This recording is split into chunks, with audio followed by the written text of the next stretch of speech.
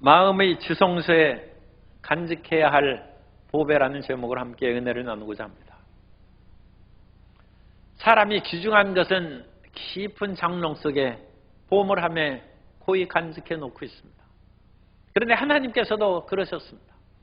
하나님의 성전에 바깥뜰이 있고 바깥뜰에도 번제단이 있습니다. 하나님을 섬기는 물두멍이 있습니다. 그런데 그것보다 성소의 집 안으로 들어오면 하나님의 진설병상이 있고 등잔대가 있고 향단이 있어서 하나님을 섬기는 것이 더 빛나고 금으로 싼 것이 그 안에 가득합니다.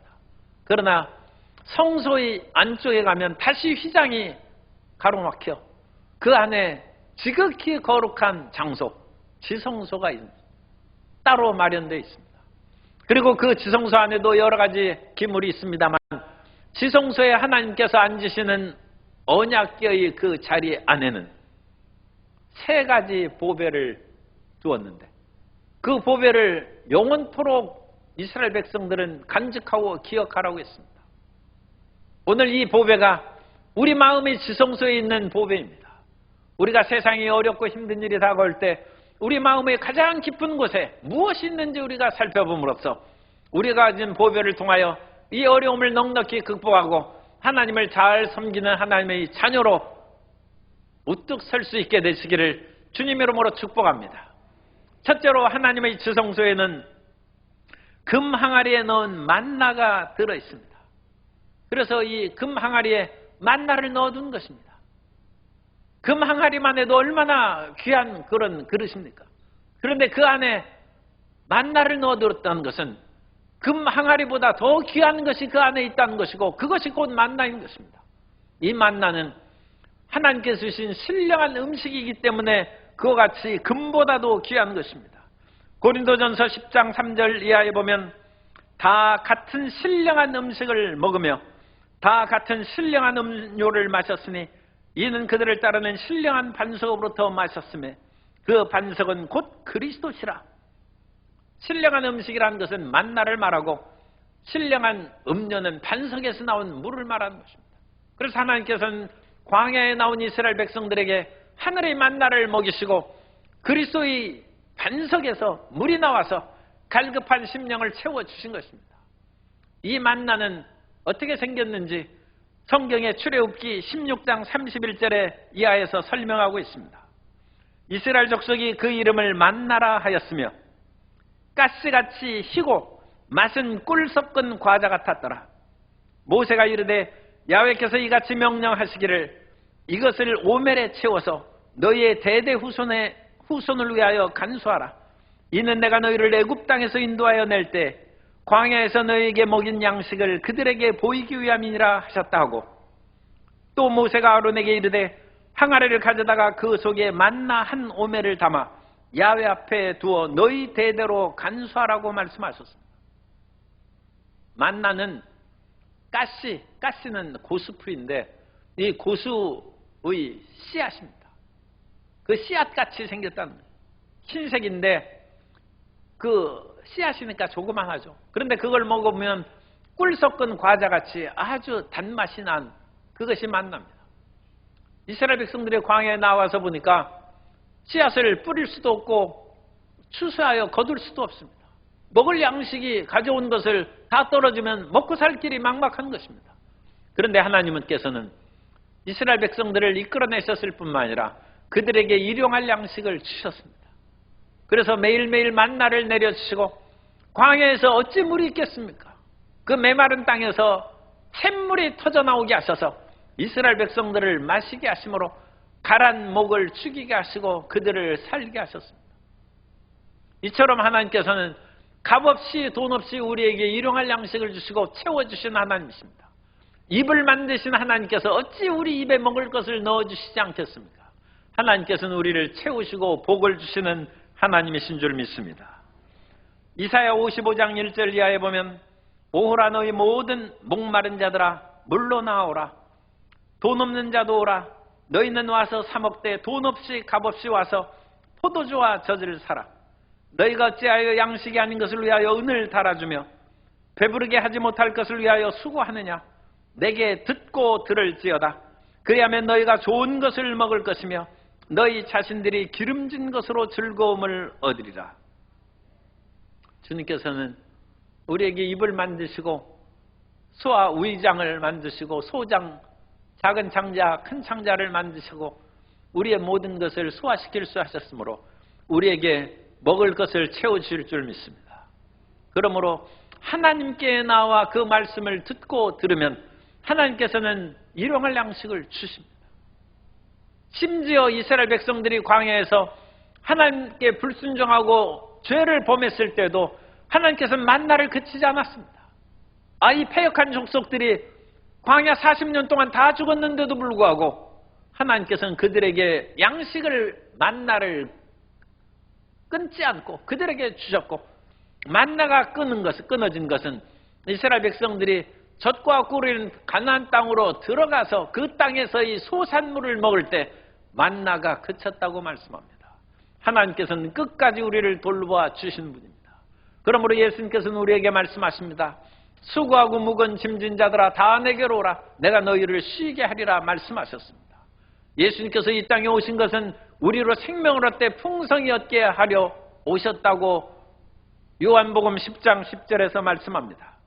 도둑이 오는 것은 도둑질하고 죽이고 멸망시키려는 것뿐이요 내가 온 것은 양으로 생명을 얻게 하고 더 풍성히 얻게 하려는 것이라. 그러므로 우리가 오늘날 하나님 안에서, 예수 그리스도 안에서 주님의 말씀을 성종하고 따를 때 주님께서는 우리에게 필요한 양식을 먹이시고, 만일 광야 같은 삶을 살아갈 때는 하늘에서 신령한 음식을 내리시면서까지 우리를 결코 굶주리고 기가 아래 들리게 하지 아니하시고 우리를 돌보시고 살려주실 줄 믿습니다. 하나님께서는 끝까지 믿음으로 전진해 나아간 사람들에게 감추었던 만나를 주신다고 요한계시록 2장 17절에서 다시금 강조하고 있습니다. 귀 있는 자는 성령이 교회들에게 하시는 말씀을 들을지어다. 이기는 그에게는 내가 감추었던 만나를 주고 또 흰돌을 줄 터인데 그 돌 위에 새 이름을 기록한 것이 있나니 받는 자 밖에는 그 이름을 알 사람이 없느니라. 주님은 생명의 양식을 공급해 주신 하나님이십니다. 그러므로 세상에 어려움과 경제의 어려움이 가득할지라도 하나님께서는 채워주실 수 있는 능력이 있습니다. 그 권능의 하나님을 믿고 끝까지 하나님을 신뢰하는 성도 여러분 되시기를 주님 이름으로 축복합니다. 오늘 우리가 성찬을 대하지만 이 성찬은 예수님께서 우리에게 영원한 생명 양식으로 주신 그 상징입니다. 예수님께서 십자가에 달리사 몸짓고 피를 흘려 주셔서 이 성찬을 우리에게 주셨습니다. 이 성찬을 먹고 마시는 자는 죽어도 다시 살고 영원한 생명을 얻게 될 줄로 믿습니다. 요한복음 6장 48절 이하에서 말씀합니다. 내가 곧 생명의 떡이니라. 너희 조상들은 광야에서 만나를 먹었어도 죽었거니와 이는 하늘에서 내려온 떡이니 사람으로 하여금 먹고 죽지 아니하게 하는 것이니라. 나는 하늘에서 내려온 살아있는 떡이니 사람이 이 떡을 먹으면 영생하리라. 내가 줄 떡은 곧 세상의 생명을 위한 내 살이니라 하시니라. 오늘 우리가 예수님의 살과 피를 기념하는 성찬을 대하는데 이 성찬을 먹는 사람은 주님께서 영원토록 생명의 은혜를 주시고 영원토록 일용할 양식을 주실 것입니다. 하나님을 믿고 굳세고 담대하게 살아가시기 바랍니다. 하나님의 지성소에 영원토록 만나를 간직하라고 하는 것은 우리 마음의 가장 깊은 곳 속에 하나님께서는 나에게 일용할 양식을 주시는 분이시다. 하나님은 결코 나를 굶주리고 나를 기갈에 들게 하지 않는다는 것을 믿는 하나님의 자녀로 세우시기 위함입니다. 따라 사시겠습니다. 하나님은 나에게 일용할 양식을 주십니다. 영원한 생명 양식을 주십니다. 이것이 우리 마음의 지성소에 있어야 할 첫 번째 보배입니다. 두 번째 보배는 아론의 쌍난 지팡이가 지성소의 그런 언약궤 안에 있었는데 이 아론의 쌍난 지팡이가 우리 마음속에는 또 무엇을 상징하는지 말씀을 살펴보도록 하겠습니다.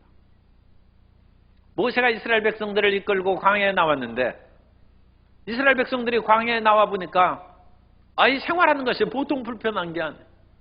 하나님을 믿지 않으면 그야말로 살아갈 수가 없죠. 하나님께서 하늘에서 만나를 내리시는데 게을러서 늦잠 자고 아침에 가보면 해가 내리쬐면 만나가 사라져버립니다. 그러니까 새벽에 일찍 일어나야죠. 그런데 새벽잠 있는 사람은 이거 하나님 믿기 힘들다고 얘기할 수 있어요. 그렇기 때문에 광야에 와서 이와 같이 불만과 불평을 가진 사람들이 모세를 원망하고 반기를 들었어요. 그래서 모세와 아론이 어찌 우리 지도자가 되어서 이 모든 일을 제대로 해나가는 것이 없다. 우리가 지도자가 되어야 됐다 해서 레위 지파의 고라와 루벤 지파의 다단과 아비람과 온, 그러니까 이 지도자적인 반역자가 4명이고 또 이 사람들과 함께 힘을 합하여 이스라엘 그런 그 백성들의 마음을 흔들리게 한 지휘관들이 250명이 거기에 함께 힘을 합했어요. 그래서 이 거대한 세력이 모세와 아론을 반박할 때 하나님께서 임재하여 주셔서 너희가 그러면 지도자로 과연 세울 택함을 받은 자격이 있는지 각자의 지팡이를 해서 성소 안에 넣어놓으라고, 그리고 아론의 지팡이에는 아론이라고 분명히 쓰라고 하나님께서 가르쳐 주셨어요. 그러고 나서 지팡이를 성소에 놓고 다음 날 모세가 성막 안에 들어가 보았습니다. 민수기 17장 8절에 보면 이튿날 모세가 증거의 장막에 들어가 본즉 레위 집을 위하여 낸 아론의 지팡이에 우미 돋고 순이 나고 꽃이 피어서 살구 열매가 열렸더라. 살구나무를 잘 심어도 살구 열매를 몇 년이 지나야 돼요. 더군다나 봄에 일찍 살구나무가 싹이 일찍 납니다. 꽃도 일찍 피고. 그렇다 할지라도 그 열매를 맺으려면 몇 달이 걸려요. 심어서 어린 나무가 자라나려면 몇 년이 걸리고 그 몇 년 자라난 나무도 봄에 싹이 트고 꽃이 피고 열매를 맺으려면 여러 달이 걸리는데 아론의 지팡이가 살구나무를 만들었나 봐요. 그런데 아론의 지팡이가 하루를 놓아놨더니 거기에서 순이 나고 싹이 나고 꽃이 피고 열매를 맺었어요. 하나님의 선택을 상징하는 것입니다. 하나님께서 아론을 선택하셨다는 것입니다. 하나님께서 모세와 아론을 선택하셔서 이스라엘 백성들을 이끌어 나갈 지도자로 세우셨다는 것입니다. 그러므로 이 하나님이 세운 지도자를 반역한 고라와 다단과 아비람과 온은 땅이 갈라져서 죽고 말았어요. 그 반역에 가담한 250명이 향로를 들고 하나님 앞에 향을 드렸는데 그 향에서 불이 나와가지고 다 죽었어요. 하나님의 종은 하나님이 택하시는 것입니다. 회사의 사장도 자기의 원한 사람을 뽑아서 자기 직원으로 삼아서 함께 일하는 것입니다. 세상의 그런 사업체에서 경영주도 그러는데 인간의 모든 일들을 이끌어가는 하나님께서 어찌 그 마음에 원한 사람을 선택해서 그 일꾼으로 쓰시지 않겠습니까?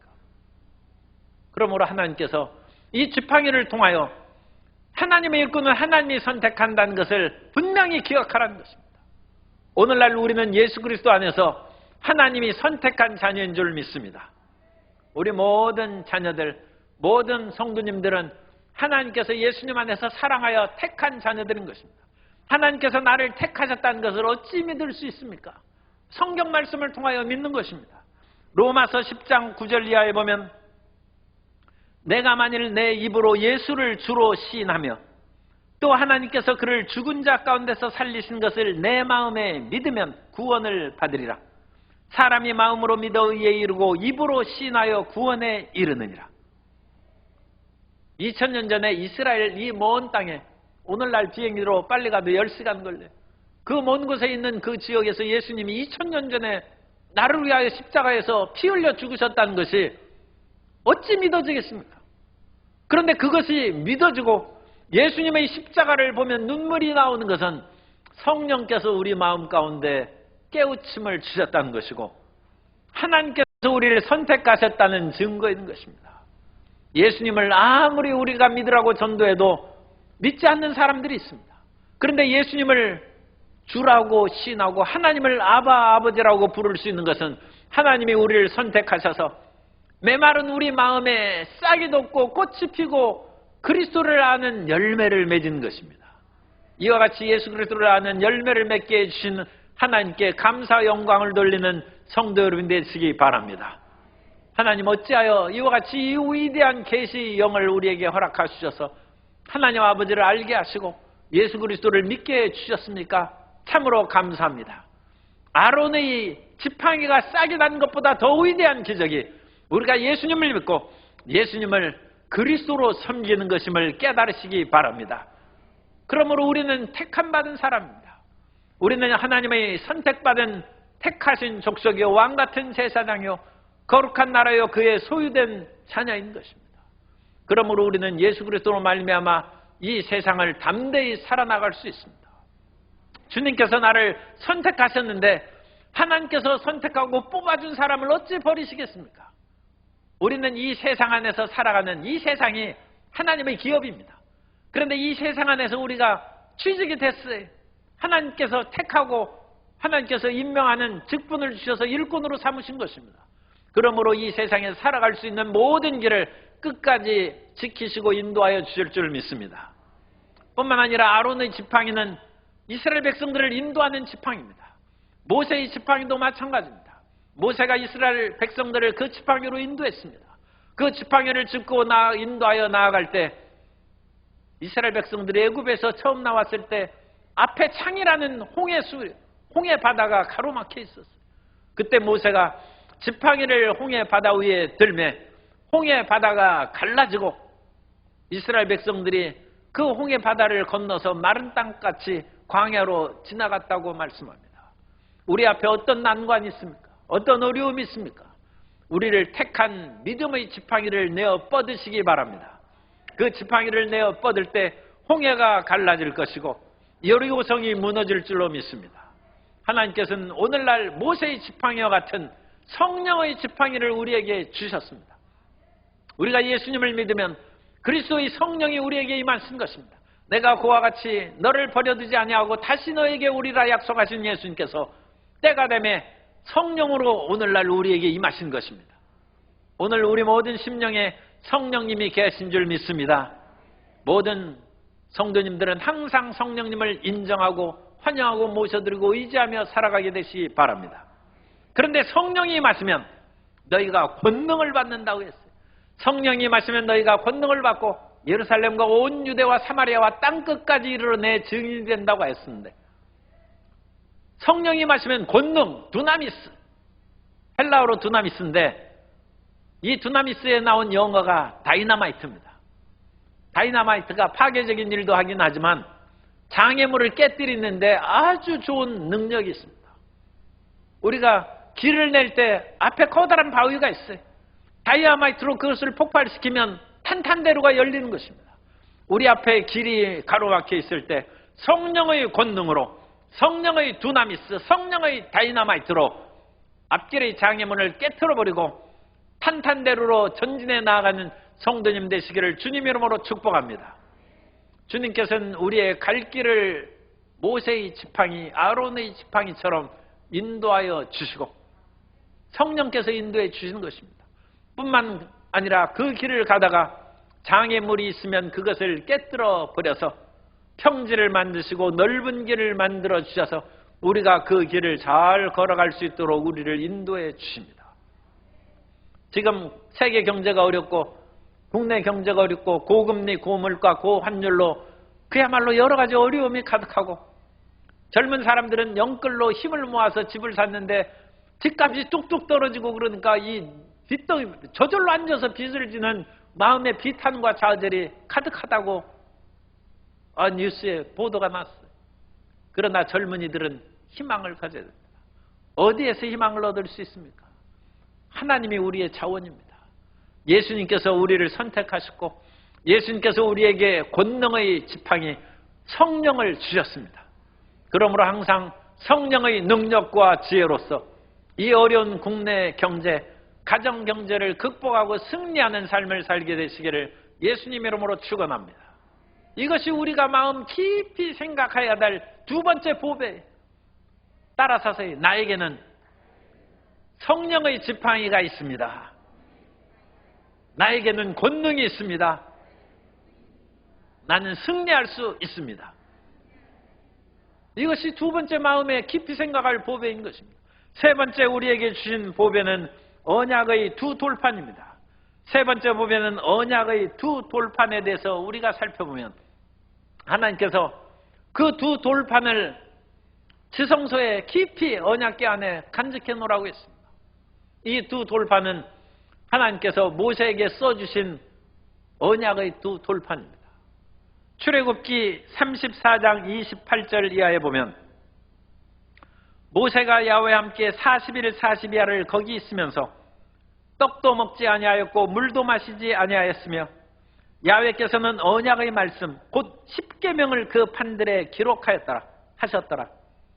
모세가 그 증거의 두 판이라고 했죠. 모세의 손에 들고 시내산에서 내려오니 그 산에서 내려올 때 모세는 자기가 야훼와 말하였으므로 말미암아 얼굴 피부에 광채가 나나 깨닫지 못하였더라. 모세가 40주야를 먹지도 아니하고 마시지도 아니하고 하나님을 대면하여 말씀을 받았는데 그 말씀을 기록한 것이 십계명의 두 돌판이라는 것입니다. 그래서 십계명의 두 돌판의 한 판에는 하나님에 대한 계명이 쓰여 있어요. 1계명부터 제4계명까지는 나 외에 다른 신을 섬기지 말라는 것입니다. 하나님만이 우리의 섬길 대상임을 믿습니다. 우상을 만들고 그거에 섬기고 절하지 말라는 것입니다.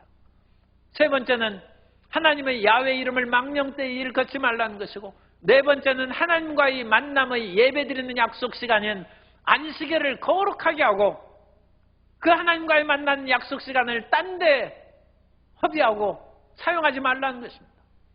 1계명부터 4계명까지 하나님께서 10계명을 한 판에 새겨주셨어요. 그 말씀을 우리가 요약하면 예수님께서는 가장 크고 첫째 된 계명은 내 마음을 다하고 뜻을 다하고 목숨을 다하여 하나님을 사랑하라는 것입니다. 이 10계명의 한 판에 쓰여진 모든 계명은 하나님을 사랑함으로 해결될 줄로 믿습니다. 하나님을 사랑하는 성도 여러분 되시기를 바랍니다. 하나님을 최고로 여기고 하나님과의 약속 시간을 지켜서 예배드리고 하나님의 이름을 항상 높이고 하나님이 우리 마음 가운데 우리의 가정에서 우리의 학교에서 우리의 직장에서 이 나라에서 높이 여김받기를 소망합니다.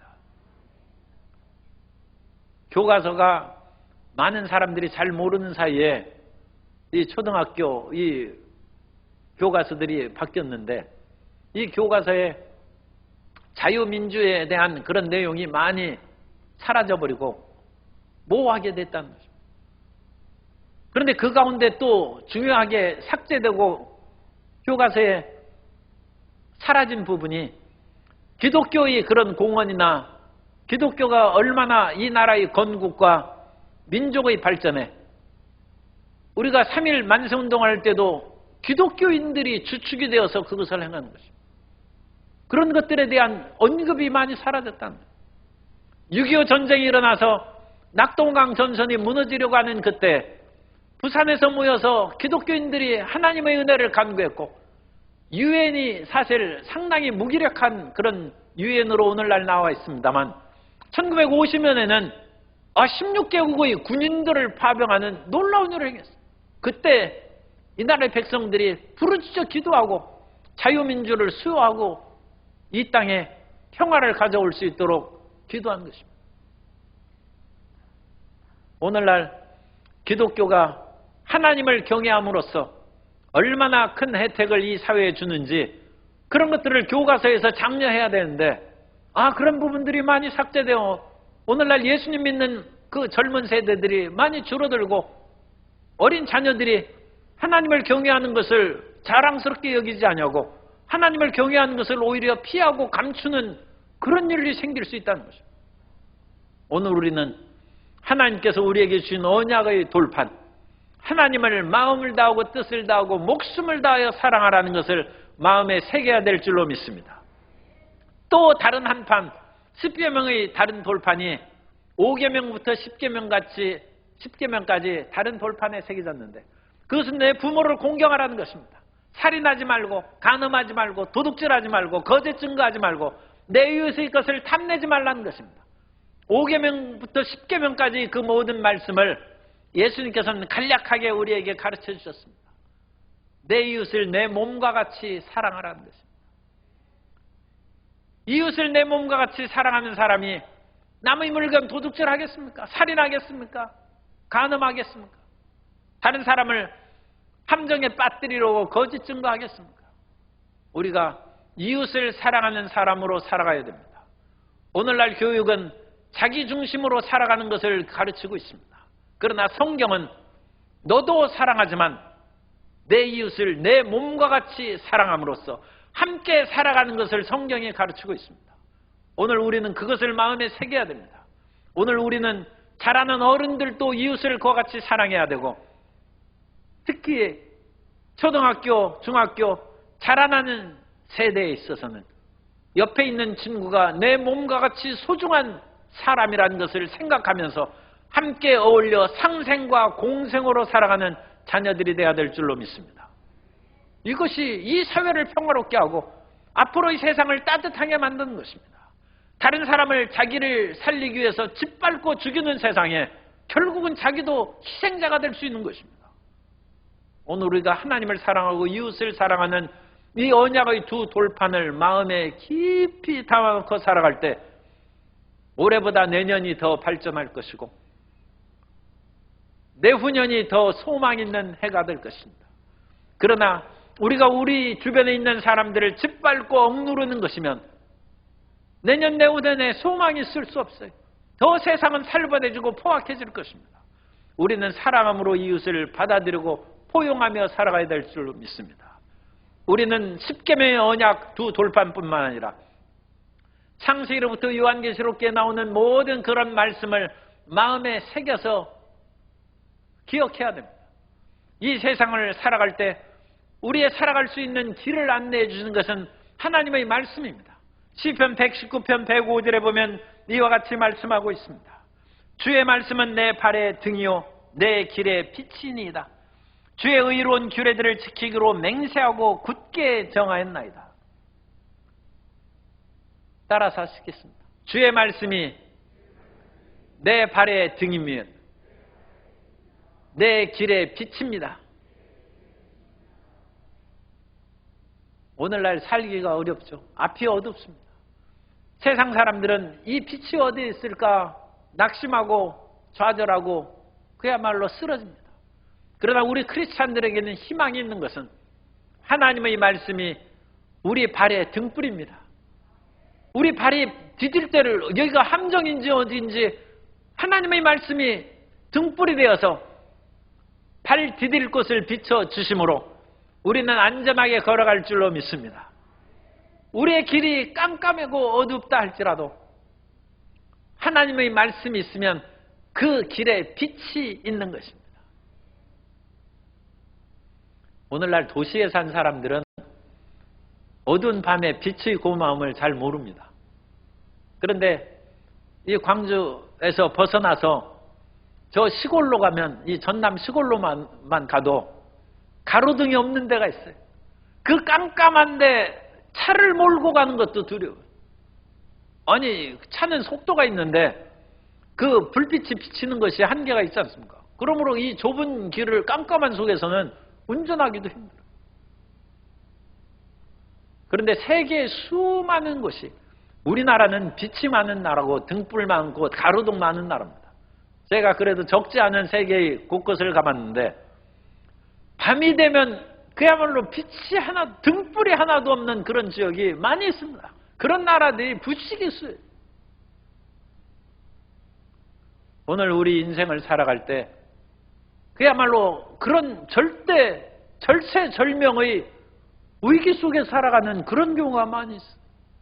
그때 우리가 어디에서 도움을 구합니까? 어디에 빛이 있습니까? 하나님의 말씀이 우리 길의 빛이라는 것입니다. 그러므로 하나님의 말씀에 귀를 기울이며 살아가는 성도 여러분 되시길 바랍니다.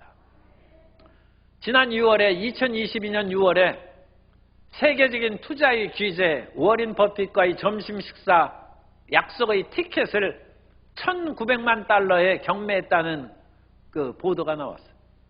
$1,900만 달러가 약 그 당시 246억 원이에요. 그 당시 환율로. 246억 원으로 점심 한 끼 먹는 거예요. 그러면 1,900만 달러로 그 티켓을 산 사람이 그 상에 온갖 산해진미와 맛있는 것이 다 있어도 그거 음식 먹으려고 지금 마음을 빼앗기겠습니까? 아무리 자기가 좋아하는 닭고기가 나오고 소고기가 나오고 그야말로 상어알이 나오고 온갖 그런 희한한 음식이 나왔다 할지라도 그거 10만 불이면 다 살 수 있어요. 100만 불이면 모든 그릇 세트까지 다 금으로 다 만들어서 호화롭게 먹을 수 있어요. 그런데 무려 1,900만 달러를 주고 워렌 버핏과 식사하는데 음식이 눈에 보이겠어요? 오직 그 사람은 워렌 버핏이 무슨 말을 하는지, 비트코인에 대해서 무슨 말을 하는지, 가상화폐에 대해서 어떤 그런 미래 예견의 말을 하는지, 어느 회사에 투자를 해야 되는지 귀를 기울이고 그 말에 온 정신을 쏟는다. 세상에서도 그와 같이 손가락 안에 듣는 10손가락 안에 그 거부죠. 그야말로 또 투자의 귀재라고 얘기하는 그 사람 앞에서도 사람이 그렇게 거금을 주고 귀를 기울이는데 하나님의 말씀에 귀를 기울이는 성도 여러분 되시기를 주님의 이름으로 축복하겠습니다. 감히 사람을 어찌 하나님과 비교하겠습니까? 그런데 그 하나님은 값없이 그야말로 아무 돈 받지 않냐고 우리에게 말씀을 주셨어요. 그 말씀을 받아들여서 하나님의 말씀에 귀를 기울여서 성공의 길로 나아가는 하나님의 백성들 되시기를 주님의 이름으로 축원합니다. 오늘날 이 세상은 불확실하고 불투명하고 어떤 사람도 내일을 예견하고 장담할 수 없습니다. 러시아와 우크라이나가 전쟁이 일어났을 때 사람들은 대부분 순식간에 한 달 안에 우크라이나가 항복할 것이라고 했습니다. 그 모든 예상이 다 틀렸어요. 앞으로 어떻게 될지 사람들도 장담할 수 없어요. 이런 어려운 시대에 우리가 삶의 어려움을 당하면 낙심할 수 있습니다. 그러나 그때 우리 마음의 지성소에 무엇이 있는지 살펴봐야 됩니다. 하나님의 지성소에 고이고이 간직한 만나와 지팡이와 두 돌판을 생각하면서 우리 마음 가운데 만나를 주신 하나님께서 입을 만들어 주셨은즉 일용할 양식을 반드시 주신다는 것을 굳게 믿으시기 바랍니다. 하나님께서는 아론의 쌍난 지팡이를 꽃이 피고 열매를 맺게 한 것처럼 우리를 선택하셔서 성령을 부어주셔서 우리 삶을 이끌어 가십니다. 하나님의 택함 받은 자녀임을 잊지 않으시기 바랍니다. 하나님께서는 십계명의 돌판을 지성소에 간직하라고 한 것처럼 우리에게 성경 말씀을 주시고 약속의 말씀을 주셨습니다. 그 언약의 말씀을 생각하고 그 말씀이 우리의 발의 등이요 우리의 길의 빛입니다. 그 말씀에 귀를 기울이십시오. 귀를 기울이고 그의 말씀을 청종하면 우리 길이 열릴 것이고 탄탄대로가 열릴 것이고 홍해수가 갈라질 것이고 여리고성이 무너질 것이고 승리자가 될 것입니다. 마음의 지성소에 이 위대한 보배를 잊지 않는 성도님 되시기를 주님의 이름으로 축원합니다.